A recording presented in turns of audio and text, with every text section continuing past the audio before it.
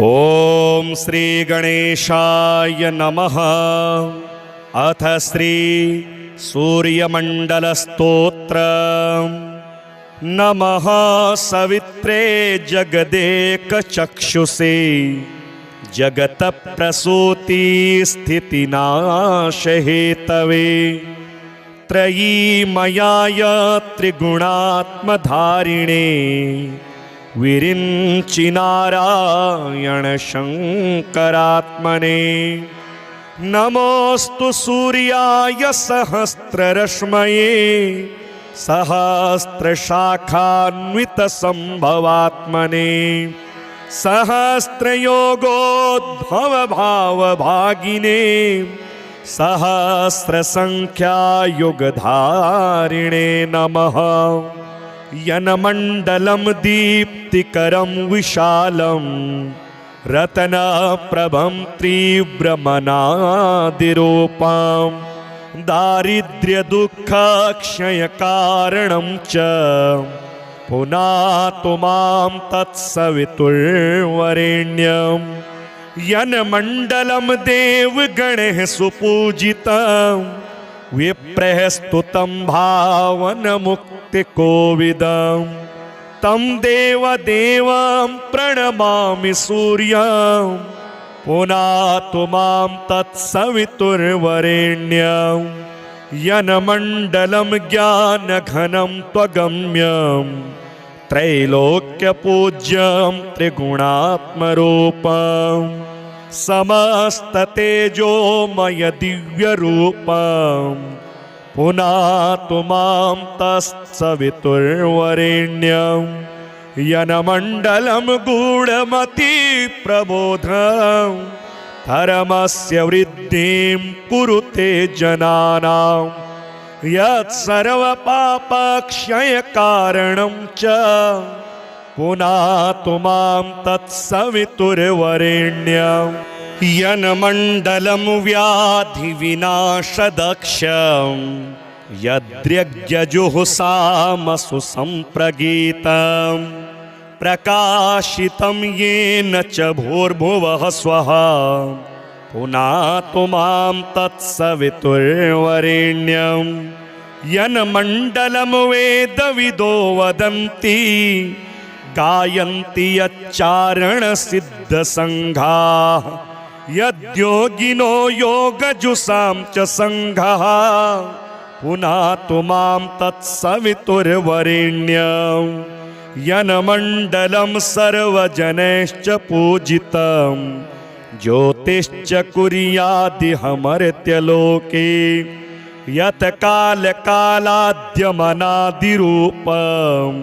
पुनातु मां तत्सवितुर्वरेण्यं। यन्मण्डलं विष्णुचातुर्मुखाख्यं यदक्षरं पापहरं जनानां यत्कालकल्पक्षयकारणं च पुनातु मां तत्सवितुर्वरेण्यं। यन्मण्डलं विष्णुचातुर्मुखाख्यं यदक्षरं पापहरं जनानां यत्कालकल्पक्षयकारणं च पुनातु मां तत्सवितुर्वरेण्यं। यन्मण्डलं विश्वसृजं प्रसिद्धम् उत्पत्तिरक्षा प्रलयप्रगल्भं यस्मिन् जगत्संहरतेऽखिलं च पुनातु मां तत्सवितुर्वरेण्यं। यन्मण्डलं सर्वगतस्य विष्णोर् आत्मा परं धाम विशुद्धतत्त्वं सूक्ष्मान्तरैर्योगपथानुगम्यं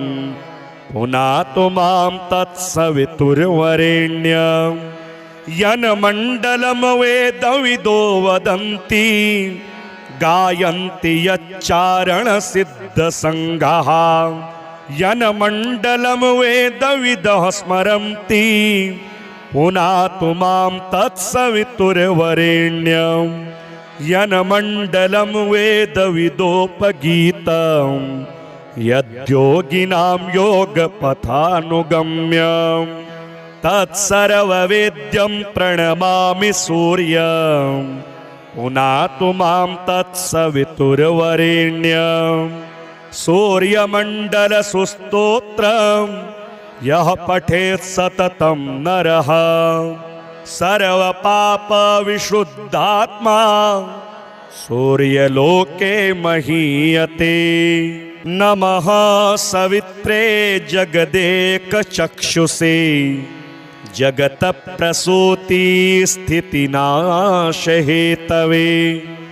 त्रयीमयाय त्रिगुणात्मधारिणे विरिञ्चिनारायण शङ्करात्मने। नमोऽस्तु सूर्याय सहस्ररश्मये सहस्रशाखान्वितसम्भवात्मने सहस्रयोगोद्भवभावभागिने सहस्रसङ्ख्यायुगधारिणे नमः।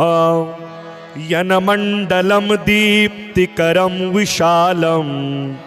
रत्नप्रभं तीव्रमनादिरूपं दारिद्र्यदुःखक्षयकारणं च पुनातु मां तत्सवितुर्वरेण्यं। यन्मण्डलं देवगणैः सुपूजितं विप्रैः स्तुतं भावनमुक्तिकोविदं तं देवदेवं प्रणमामि सूर्यं पुनातु मां तत्सवितुर्वरेण्यं। यन्मण्डलं ज्ञानघनं त्वगम्यं त्रैलोक्यपूज्यं त्रिगुणात्मरूपं समस्ततेजोमय दिव्यरूपं पुनातु मां तत्सवितुर्वरेण्यं। यन्मण्डलं गूढमतिप्रबोधं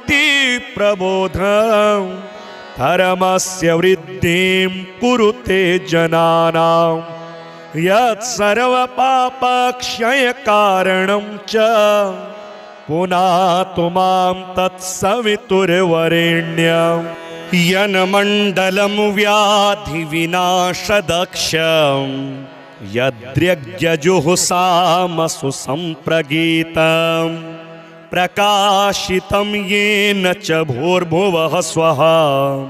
पुनातु मां तत्सवितुर्वरेण्यं। यन्मण्डलं वेदविदो वदन्ति गायन्ति यच्चारणसिद्धसङ्घाः यद्योगिनो योगजुषां च सङ्घः पुनातु मां तत्सवितुर्वरेण्यं। यन्मण्डलं सर्वजनैश्च पूजितं ज्योतिश्च कुर्यादिहमर्त्यलोके यत्कालकालाद्यमनादिरूपं पुनातु मां तत्सवितुर्वरेण्यं।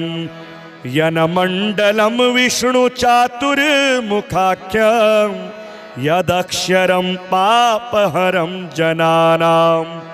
यत्कालकल्पक्षयकारणं च पुनातु मां तत्सवितुर्वरेण्यं। यन्मण्डलं विष्णुचातुर्मुखाख्यं यदक्षरं पापहरं जनानां यत्कालकल्पक्षयकारणं च पुनातु मां तत्सवितुर्वरेण्यं। यन्मण्डलं विश्वसृजं प्रसिद्धम् उत्पत्तिरक्षा प्रलयप्रगल्भं यस्मिन् जगत्संहरतेऽखिलं च पुनातु मां तत्सवितुर्वरेण्यं। यन्मण्डलं सर्वगतस्य विष्णोरात्मा परं धाम विशुद्धतत्त्वं सूक्ष्मान्तरैर्योगपथानुगम्यं पुनातु मां तत्सवितुर्वरेण्यं। यन्मण्डलं वेदविदो वदन्ति गायन्ति यच्चारणसिद्धसङ्घाः यन्मण्डलं वेदविदः स्मरन्ति पुनातु मां तत्सवितुर्वरेण्यं यन्मण्डलं वेदविदोपगीतं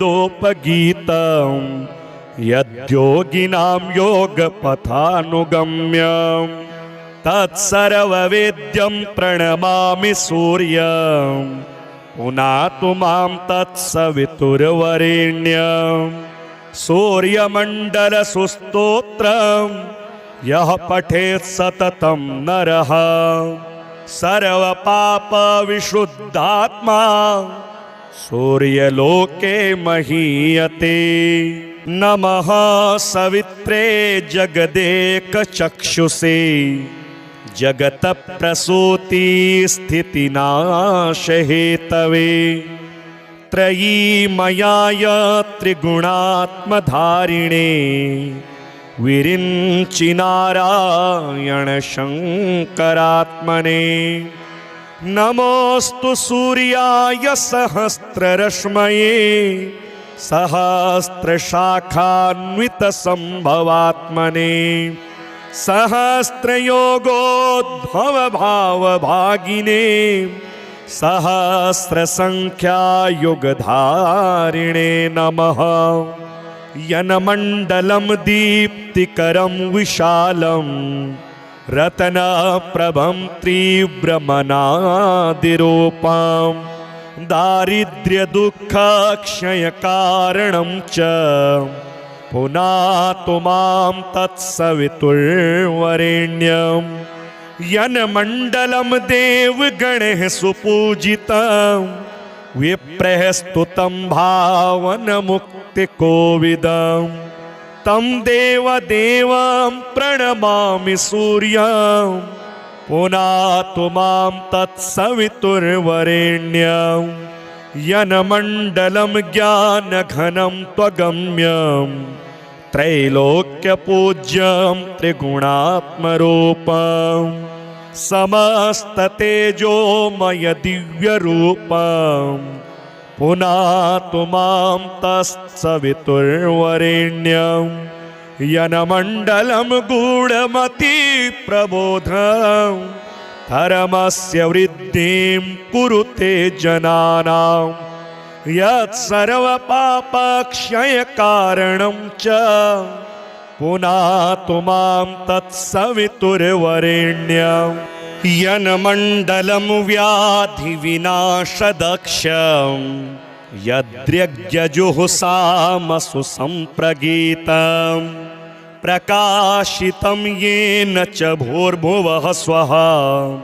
पुनातु मां तत्सवितुर्वरेण्यं यन्मण्डलं वेदविदो वदन्ति गायन्ति यच्चारणसिद्धसङ्घाः यद्योगिनो योगजुषां च सङ्घः पुनातु मां तत्सवितुर्वरेण्यं यन्मण्डलं सर्वजनैश्च पूजितं ज्योतिश्च कुर्यादिहमर्त्यलोके यत्कालकालाद्यमनादिरूपं पुनातु मां तत्सवितुर्वरेण्यं यन्मण्डलं विष्णुचातुर्मुखाख्यं यदक्षरं पापहरं जनानां यत्कालकल्पक्षयकारणं च पुनातु मां तत्सवितुर्वरेण्यं यन्मण्डलं विष्णुचातुर्मुखाख्यं यदक्षरं पापहरं जनानां यत्कालकल्पक्षयकारणं च पुनातु मां तत्सवितुर्वरेण्यं यन्मण्डलं विश्वसृजं प्रसिद्धम् उत्पत्तिरक्षा प्रलयप्रगल्भं यस्मिन् जगत्संहरतेऽखिलं च पुनातु मां तत्सवितुर्वरेण्यं यन्मण्डलं सर्वगतस्य विष्णोर् आत्मा परं धाम विशुद्धतत्त्वं सूक्ष्मान्तरैर्योगपथानुगम्यं पुनातु मां तत्सवितुर्वरेण्यं यन्मण्डलं वेदविदो वदन्ति गायन्ति यच्चारणसिद्धसङ्घाः यन्मण्डलं वेदविदः स्मरन्ति पुनातु मां तत्सवितुर्वरेण्यं यन्मण्डलं वेदविदोपगीतं यद्योगिनां योगपथानुगम्यं तत्सर्ववेद्यं प्रणमामि सूर्यं पुनातु मां तत्सवितुर्वरेण्यं सूर्यमण्डलसुस्तोत्रं यः पठेत् सततं नरः सर्वपापविशुद्धात्मा सूर्यलोके महीयते। नमः सवित्रे जगदेकचक्षुषे जगतप्रसूतिस्थितिनाशहेतवे त्रयीमयाय त्रिगुणात्मधारिणे विरिञ्चिनारायण शङ्करात्मने नमोऽस्तु सूर्याय सहस्ररश्मये सहस्रशाखान्वितसम्भवात्मने सहस्रयोगोद्भवभावभागिने सहस्रसङ्ख्यायुगधारिणे नमः यन्मण्डलं दीप्तिकरं विशालं रत्नप्रभं तीव्रमनादिरूपं दारिद्र्यदुःखक्षयकारणं च पुनातु मां तत्सवितुर्वरेण्यं यन्मण्डलं देवगणैः सुपूजितं विप्रैः स्तुतं भावनमुक्तिकोविदं तं देवदेवं प्रणमामि सूर्यं पुनातु मां तत्सवितुर्वरेण्यं यन्मण्डलं ज्ञानघनं त्वगम्यं त्रैलोक्यपूज्यं त्रिगुणात्मरूपं समस्ततेजोमय दिव्यरूपं पुनातु मां तत्सवितुर्वरेण्यं यन्मण्डलं गूढमतिप्रबोधं धर्मस्य वृद्धिं कुरुते जनानां यत्सर्वपापक्षयकारणं च पुनातु मां तत्सवितुर्वरेण्यं यन्मण्डलं व्याधिविनाशदक्षं यद्यज्ञजुहुसामसु सम्प्रगीतं प्रकाशितं येन च भूर्भुवः स्वः पुनातु मां तत्सवितुर्वरेण्यं यन्मण्डलं वेदविदो वदन्ति गायन्ति यच्चारणसिद्धसङ्घाः यद्योगिनो योगजुषां च सङ्घः पुनातु मां तत्सवितुर्वरेण्यं यन्मण्डलं सर्वजनैश्च पूजितं ज्योतिश्च कुर्यादिहमर्त्यलोके यत्कालकालाद्यमनादिरूपं पुनातु मां तत्सवितुर्वरेण्यं यन्मण्डलं विष्णुचातुर्मुखाख्यं यदक्षरं पापहरं जनानां यत्कालकल्पक्षयकारणं च पुनातु मां तत्सवितुर्वरेण्यं यन्मण्डलं विष्णुचातुर्मुखाख्यं यदक्षरं पापहरं जनानां यत्कालकल्पक्षयकारणं च पुनातु मां तत्सवितुर्वरेण्यं यन्मण्डलं विश्वसृजं प्रसिद्धम् उत्पत्तिरक्षा प्रलयप्रगल्भं यस्मिन् जगत्संहरतेऽखिलं च पुनातु मां तत्सवितुर्वरेण्यं यन्मण्डलं सर्वगतस्य विष्णोर् आत्मा परं धाम विशुद्धतत्त्वम् सूक्ष्मान्तरैर्योगपथानुगम्यम् पुनातु मां तत्सवितुर्वरेण्यम् यन्मण्डलं वेदविदो वदन्ति गायन्ति यच्चारणसिद्धसङ्घाः यन्मण्डलं वेदविदः स्मरन्ति पुनातु मां तत्सवितुर्वरेण्यम् यन्मण्डलं वेदविदोपगीतम् यद्योगिनां योगपथानुगम्यम् तत्सर्ववेद्यं प्रणमामि सूर्यम् पुनातु मां तत्सवितुर्वरेण्यम् सूर्यमण्डलसुस्तोत्रम् यः पठेत् सततं नरः सर्वपापविशुद्धात्मा सूर्यलोके महीयते। नमः सवित्रे जगदेकचक्षुषे जगतप्रसूतिस्थितिनाशहेतवे त्रयीमयाय त्रिगुणात्मधारिणे विरिञ्चिनारायण शङ्करात्मने नमोऽस्तु सूर्याय सहस्ररश्मये सहस्रशाखान्वितसम्भवात्मने सहस्रयोगोद्भवभावभागिने सहस्रसङ्ख्यायुगधारिणे नमः यन्मण्डलं दीप्तिकरं विशालं रत्नप्रभं तीव्रमनादिरूपं दारिद्र्यदुःखक्षयकारणं च पुनातु मां तत्सवितुर्वरेण्यम् यन्मण्डलं देवगणैः सुपूजितं विप्रैः स्तुतं भावनमुक्तिकोविदं तं देवदेवं प्रणमामि सूर्यं पुनातु मां तत्सवितुर्वरेण्यम् यन्मण्डलं ज्ञानघनं त्वगम्यं त्रैलोक्यपूज्यं त्रिगुणात्मरूपं समस्ततेजोमय दिव्यरूपं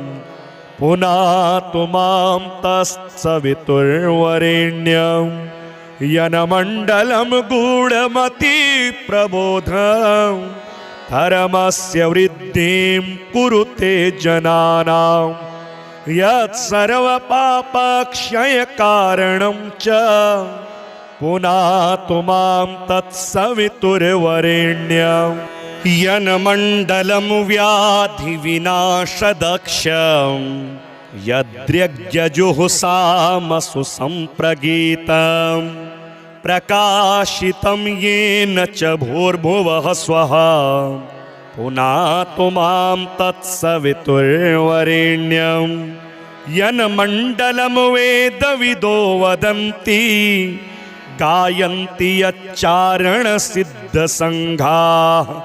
यद्योगिनो योगजुषां च सङ्घः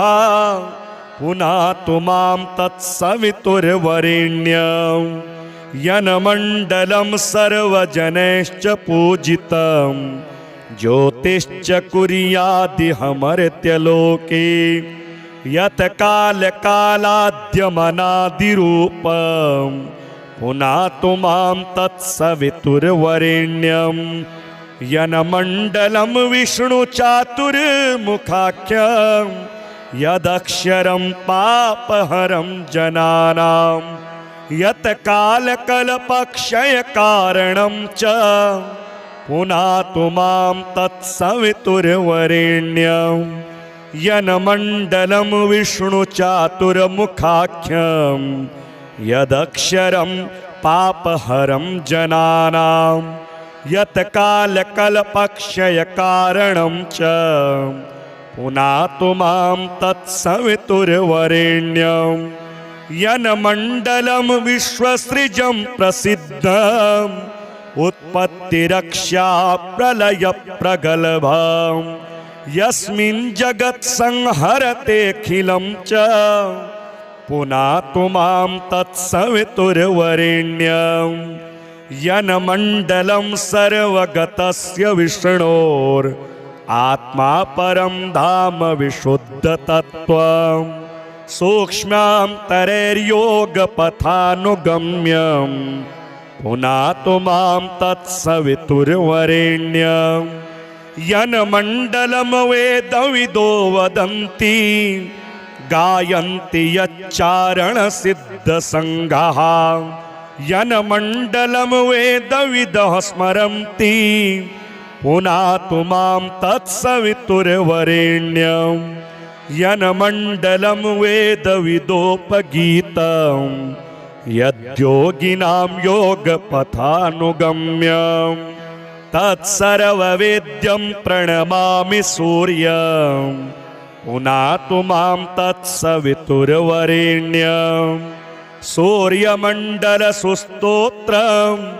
यः पठेत् सततं नरः सर्वपापविशुद्धात्मा सूर्यलोके महीयते। नमः सवित्रे जगदेकचक्षुषे जगतप्रसूतिस्थितिनाशहेतवे त्रयीमयाय त्रिगुणात्मधारिणे विरिञ्चिनारायण शङ्करात्मने नमोऽस्तु सूर्याय सहस्ररश्मये सहस्रशाखान्वितसम्भवात्मने सहस्रयोगोद्भवभावभागिने सहस्रसङ्ख्यायुगधारिणे नमः यन्मण्डलं दीप्तिकरं विशालं रत्नप्रभं तीव्रमनादिरूपं दारिद्र्यदुःखक्षयकारणं च पुनातु मां तत्सवितुर्वरेण्यं यन्मण्डलं देवगणैः सुपूजितं विप्रैः स्तुतं भावनमुक्तिकोविदं तं देवदेवं प्रणमामि सूर्यं पुनातु मां तत्सवितुर्वरेण्यं यन्मण्डलं ज्ञानघनं त्वगम्यं त्रैलोक्यपूज्यं त्रिगुणात्मरूपं समस्ततेजोमय दिव्यरूपं पुनातु मां तत्सवितुर्वरेण्यं यन्मण्डलं गूढमतिप्रबोधं धर्मस्य वृद्धिं कुरुते जनानां यत्सर्वपापक्षयकारणं च पुनातु मां तत्सवितुर्वरेण्यं यन्मण्डलं व्याधिविनाशदक्षं यद्यज्ञजुहुषामसु सम्प्रगीतं प्रकाशितं येन च भूर्भुवः स्वः पुनातु मां तत्सवितुर्वरेण्यं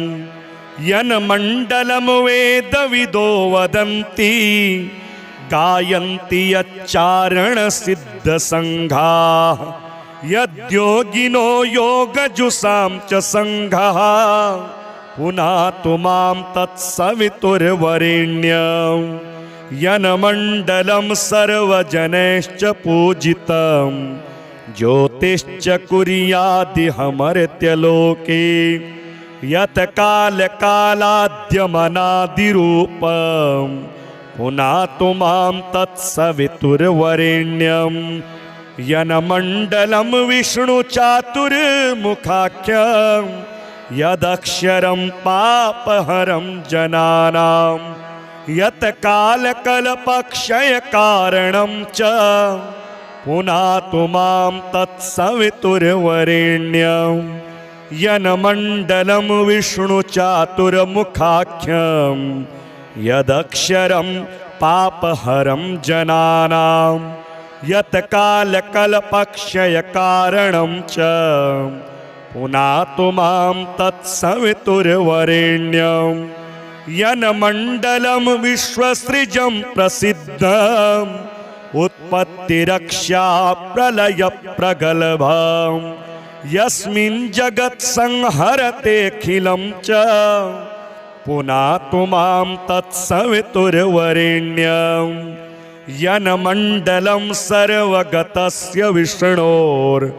आत्मा परं धाम विशुद्धतत्त्वं सूक्ष्मान्तरैर्योगपथानुगम्यं पुनातु मां तत्सवितुर्वरेण्यं यन्मण्डलं वेदविदो वदन्ति गायन्ति यच्चारणसिद्धसङ्घाः यन्मण्डलं वेदविदः स्मरन्ति पुनातु मां तत्सवितुर्वरेण्यं यन्मण्डलं वेदविदोपगीतं यद्योगिनां योगपथानुगम्यं तत्सर्ववेद्यं प्रणमामि सूर्यं पुनातु मां तत्सवितुर्वरेण्यं सूर्यमण्डलसुस्तोत्रं यः पठेत् सततं नरः सर्वपापविशुद्धात्मा सूर्यलोके महीयते। नमः सवित्रे जगदेकचक्षुषे जगतप्रसूतिस्थितिनाशहेतवे त्रयीमयाय त्रिगुणात्मधारिणे विरिञ्चिनारायण शङ्करात्मने नमोऽस्तु सूर्याय सहस्ररश्मये सहस्रशाखान्वितसम्भवात्मने सहस्रयोगोद्भवभावभागिने सहस्रसङ्ख्यायुगधारिणे नमः यन्मण्डलं दीप्तिकरं विशालं रत्नप्रभं तीव्रमनादिरूपं दारिद्र्यदुःखक्षयकारणं च पुनातु मां तत्सवितुर्वरेण्यं यन्मण्डलं देवगणैः सुपूजितं विप्रैः स्तुतं भावनमुक्तिकोविदं तं देवदेवं प्रणमामि सूर्यं पुनातु मां तत्सवितुर्वरेण्यं यन्मण्डलं ज्ञानघनं त्वगम्यं त्रैलोक्यपूज्यं त्रिगुणात्मरूपं समस्ततेजोमय दिव्यरूपं पुनातु मां तत्सवितुर्वरेण्यं यन्मण्डलं गूढमतिप्रबोधं धर्मस्य वृद्धिं कुरुते जनानां यत्सर्वपापक्षयकारणं च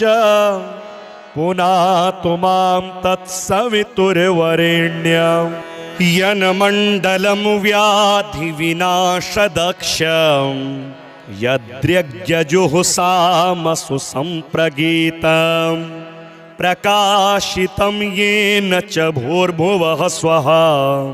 पुनातु मां तत्सवितुर्वरेण्यं यन्मण्डलं वेदविदो वदन्ति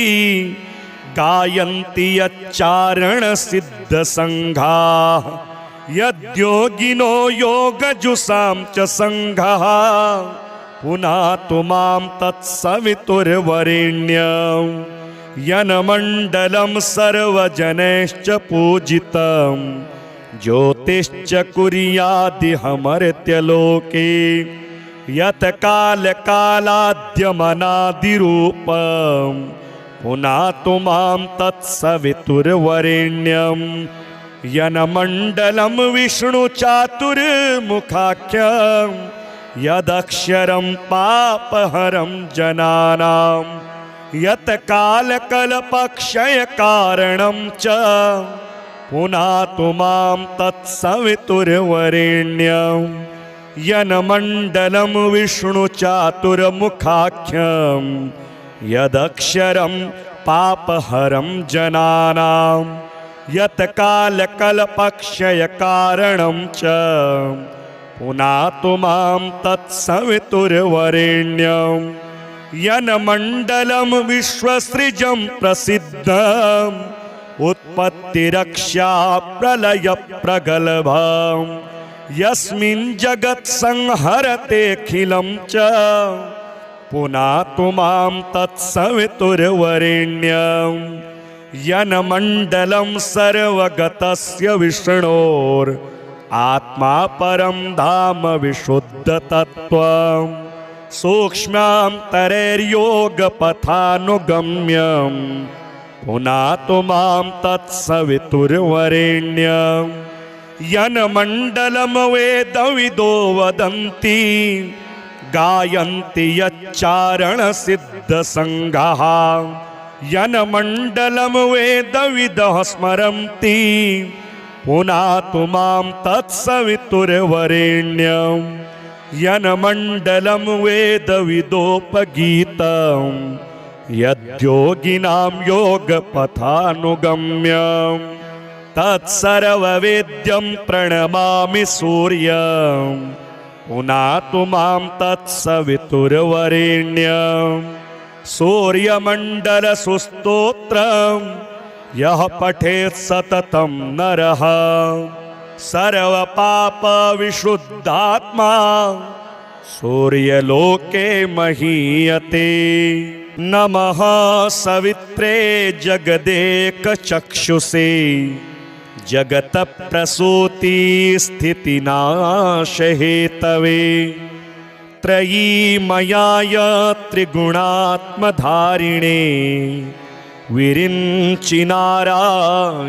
शङ्करात्मने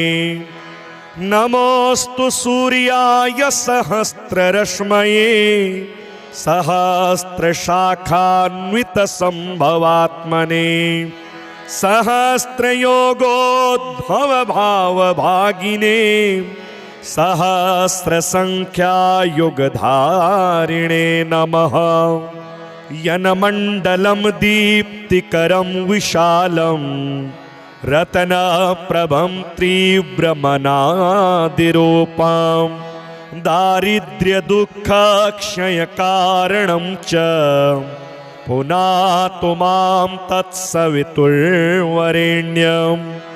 यन्मण्डलं देवगणैः सुपूजितं विप्रैः स्तुतं भावनमुक्तिकोविदं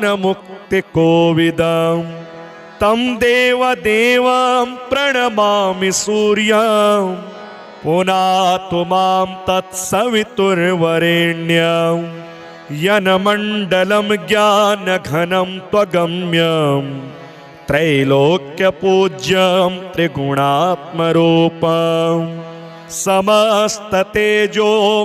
दिव्यरूपं पुनातु मां तत्सवितुर्वरेण्यं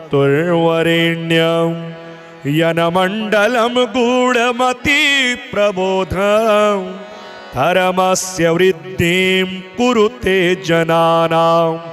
यत्सर्वपापक्षयकारणं च पुनातु मां तत्सवितुर्वरेण्यं यन्मण्डलं व्याधिविनाशदक्षं यद्यज्ञजुहुसामसु सम्प्रगीतं प्रकाशितं येन च भूर्भुवः स्वः पुनातु मां तत्सवितुर्वरेण्यं यन्मण्डलं वेदविदो वदन्ति गायन्ति यच्चारणसिद्धसङ्घाः यद्योगिनो योगजुषां च सङ्घः पुनातु मां तत्सवितुर्वरेण्यं यन्मण्डलं सर्वजनैश्च पूजितं ज्योतिश्च कुर्यादिहमर्त्यलोके यत्कालकालाद्यमनादिरूपं पुनातु मां तत्सवितुर्वरेण्यं यन्मण्डलं विष्णुचातुर्मुखाख्यं यदक्षरं पापहरं जनानां यत्कालकल्पक्षयकारणं च पुनातु मां तत्सवितुर्वरेण्यं यन्मण्डलं विष्णुचातुर्मुखाख्यं यदक्षरं पापहरं जनानां यत्कालकल्पक्षयकारणं च पुनातु मां तत्सवितुर्वरेण्यं यन्मण्डलं विश्वसृजं प्रसिद्धम् उत्पत्तिरक्षा प्रलयप्रगल्भं यस्मिन् जगत्संहरतेऽखिलं च पुनातु मां तत्सवितुर्वरेण्यं यन्मण्डलं सर्वगतस्य विष्णोर् आत्मा परं धाम विशुद्धतत्त्वं सूक्ष्मान्तरैर्योगपथानुगम्यं पुनातु मां तत्सवितुर्वरेण्यं यन्मण्डलं वेदविदो वदन्ति गायन्ति यच्चारणसिद्धसङ्घाः यन्मण्डलं वेदविदः स्मरन्ति पुनातु मां तत्सवितुर्वरेण्यं यन्मण्डलं वेदविदोपगीतं यद्योगिनां योगपथानुगम्यं तत्सर्ववेद्यं प्रणमामि सूर्यं पुनातु मां तत्सवितुर्वरेण्यं सूर्यमण्डलसुस्तोत्रं यः पठेत् सततं नरः सर्वपापविशुद्धात्मा सूर्यलोके महीयते। नमः सवित्रे जगदेकचक्षुषे जगतप्रसूतिस्थितिनाशहेतवे त्रयीमयाय त्रिगुणात्मधारिणे विरिञ्चिनारायण शङ्करात्मने नमोऽस्तु सूर्याय सहस्ररश्मये सहस्रशाखान्वितसम्भवात्मने सहस्रयोगोद्भवभावभागिने सहस्रसङ्ख्यायुगधारिणे नमः यन्मण्डलं दीप्तिकरं विशालं रत्नप्रभं तीव्रमनादिरूपं दारिद्र्यदुःखक्षयकारणं च पुनातु मां तत्सवितुर्वरेण्यं यन्मण्डलं देवगणैः सुपूजितं विप्रैः स्तुतं भावनमुक्तिकोविदं तं देवदेवं प्रणमामि सूर्यं पुनातु मां तत्सवितुर्वरेण्यं यन्मण्डलं ज्ञानघनं त्वगम्यं त्रैलोक्यपूज्यं त्रिगुणात्मरूपं समस्ततेजोमय दिव्यरूपं पुनातु मां तत्सवितुर्वरेण्यं यन्मण्डलं गूढमतिप्रबोधं धर्मस्य वृद्धिं कुरुते जनानां यत्सर्वपापक्षयकारणं च पुनातु मां तत्सवितुर्वरेण्यं यन्मण्डलं व्याधिविनाशदक्षं यद्यज्ञजुहुसामसु सम्प्रगीतं प्रकाशितं येन च भूर्भुवः स्वः पुनातु मां तत्सवितुर्वरेण्यं यन्मण्डलं वेदविदो वदन्ति गायन्ति यच्चारणसिद्धसङ्घाः यद्योगिनो योगजुषां च सङ्घः पुनातु मां तत्सवितुर्वरेण्यं यन्मण्डलं सर्वजनैश्च पूजितं ज्योतिश्च कुर्यादिह मर्त्यलोके यत् कालकालाद्यमनादिरूपं पुनातु मां तत्सवितुर्वरेण्यं यन्मण्डलं विष्णुचातुर्मुखाख्यं यदक्षरं पापहरं जनानां यत् कालकल्पक्षयकारणं च पुनातु मां तत्सवितुर्वरेण्यं यन्मण्डलं विष्णुचातुर्मुखाख्यं यदक्षरं पापहरं जनानां यत् कालकल्पक्षयकारणं च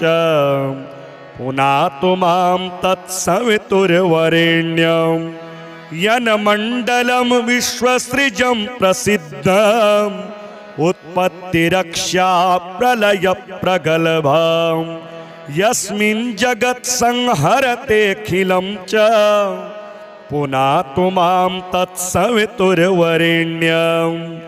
यन्मण्डलं सर्वगतस्य विष्णोर्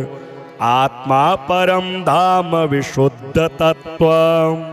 सूक्ष्मान्तरैर्योगपथानुगम्यं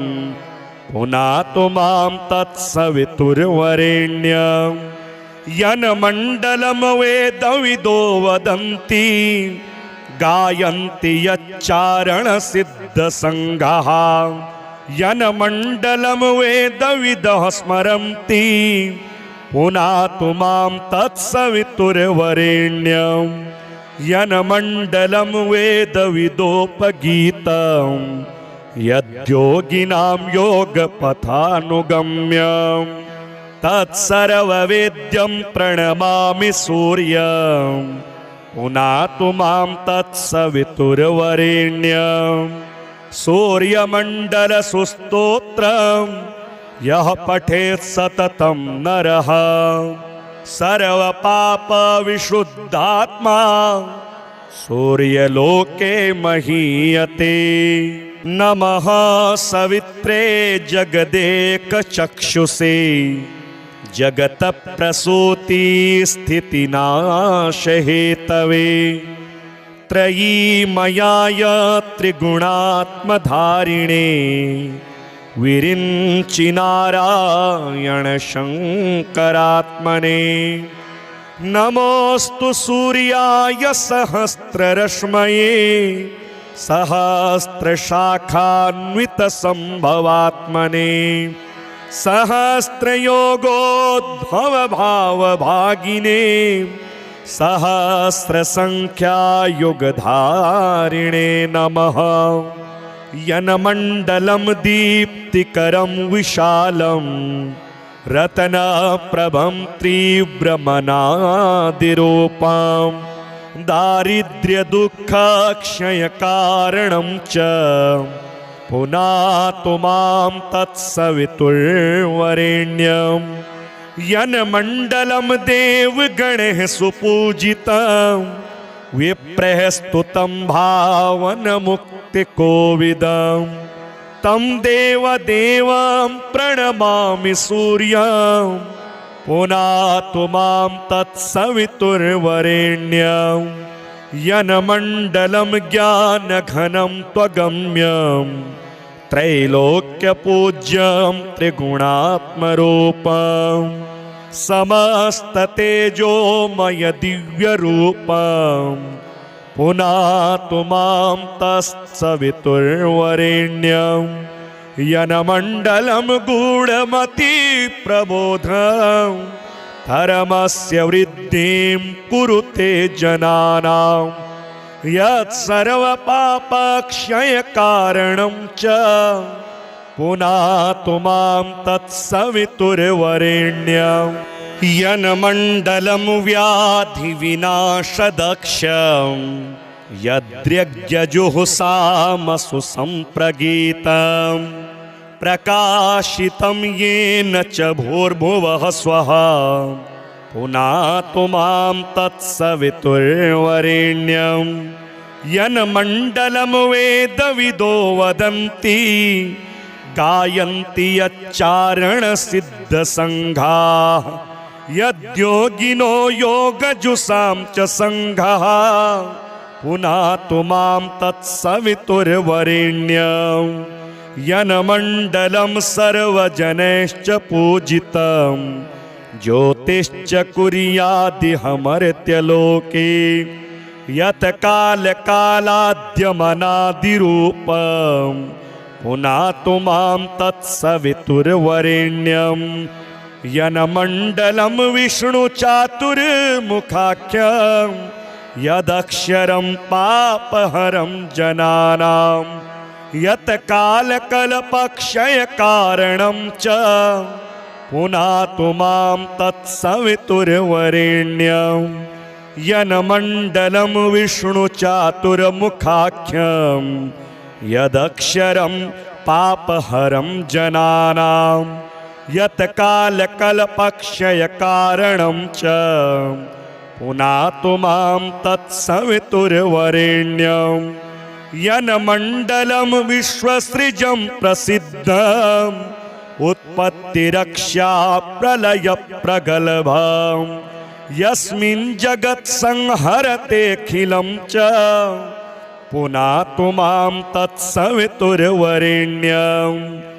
यन्मण्डलं सर्वगतस्य विष्णोर् आत्मा परं धाम विशुद्धतत्त्वं सूक्ष्मान्तरैर्योगपथानुगम्यं पुनातु मां तत्सवितुर्वरेण्यं यन्मण्डलं वेदविदो वदन्ति गायन्ति यच्चारणसिद्धसङ्घाः यन्मण्डलं वेदविदः स्मरन्ति पुनातु मां तत्सवितुर्वरेण्यं यन्मण्डलं वेदविदोपगीतं यद्योगिनां योगपथानुगम्यं तत्सर्ववेद्यं प्रणमामि सूर्यं पुनातु मां तत्सवितुर्वरेण्यं सूर्यमण्डलसुस्तोत्रं यः पठेत् सततं नरः सर्वपापविशुद्धात्मा सूर्यलोके महीयते। नमः सवित्रे जगदेकचक्षुषे जगतप्रसूतिस्थितिनाशहेतवे त्रयीमयाय त्रिगुणात्मधारिणे विरिञ्चिनारायण शङ्करात्मने नमोऽस्तु सूर्याय सहस्ररश्मये सहस्रशाखान्वितसम्भवात्मने सहस्रयोगोद्भवभावभागिने सहस्रसङ्ख्यायुगधारिणे नमः यन्मण्डलं दीप्तिकरं विशालं रत्नप्रभं तीव्रमनादिरूपं दारिद्र्यदुःखक्षयकारणं च पुनातु मां तत्सवितुर्वरेण्यं यन्मण्डलं देवगणैः सुपूजितं विप्रैः स्तुतं भावनमुक्तिकोविदं तं देवदेवं प्रणमामि सूर्यं पुनातु मां तत्सवितुर्वरेण्यं यन्मण्डलं ज्ञानघनं त्वगम्यं त्रैलोक्यपूज्यं त्रिगुणात्मरूपं समस्ततेजोमय दिव्यरूपं पुनातु मां तत्सवितुर्वरेण्यं यन्मण्डलं गूढमतिप्रबोधं धर्मस्य वृद्धिं कुरुते जनानां यत्सर्वपापक्षयकारणं च पुनातु मां तत्सवितुर्वरेण्यं यन्मण्डलं व्याधिविनाशदक्षं यद्यज्ञजुहुसामसु सम्प्रगीतं प्रकाशितं येन च भूर्भुवः स्वः पुनातु मां तत्सवितुर्वरेण्यं यन्मण्डलं वेदविदो वदन्ति गायन्ति यच्चारणसिद्धसङ्घाः यद्योगिनो योगजुषां च सङ्घः पुनातु मां तत्सवितुर्वरेण्यं यन्मण्डलं सर्वजनैश्च पूजितं ज्योतिश्च कुर्यादिह मर्त्यलोके यत् कालकालाद्यमनादिरूपं पुनातु मां तत्सवितुर्वरेण्यं यन्मण्डलं विष्णुचातुर्मुखाख्यं यदक्षरं पापहरं जनानां यत् कालकल्पक्षयकारणं च पुनातु मां तत्सवितुर्वरेण्यं यन्मण्डलं विष्णुचातुर्मुखाख्यं यदक्षरं पापहरं जनानां यत् कालकल्पक्षयकारणं च पुनातु मां तत्सवितुर्वरेण्यं यन्मण्डलं विश्वसृजं प्रसिद्धम् उत्पत्तिरक्षा प्रलयप्रगल्भं यस्मिन् जगत्संहरतेऽखिलं च पुनातु मां तत्सवितुर्वरेण्यं यन्मण्डलं सर्वगतस्य विष्णोर् आत्मा परं धाम विशुद्धतत्त्वं सूक्ष्मान्तरैर्योगपथानुगम्यं पुनातु मां तत्सवितुर्वरेण्यं यन्मण्डलं वेदविदो वदन्ति गायन्ति यच्चारणसिद्धसङ्घः यन्मण्डलं वेदविदः स्मरन्ति पुनातु मां तत्सवितुर्वरेण्यं यन्मण्डलं वेदविदोपगीतं यद्योगिनां योगपथानुगम्यं तत्सर्ववेद्यं प्रणमामि सूर्यं पुनातु मां तत्सवितुर्वरेण्यं सूर्यमण्डलसुस्तोत्रं यः पठेत् सततं नरः सर्वपापविशुद्धात्मा सूर्यलोके महीयते।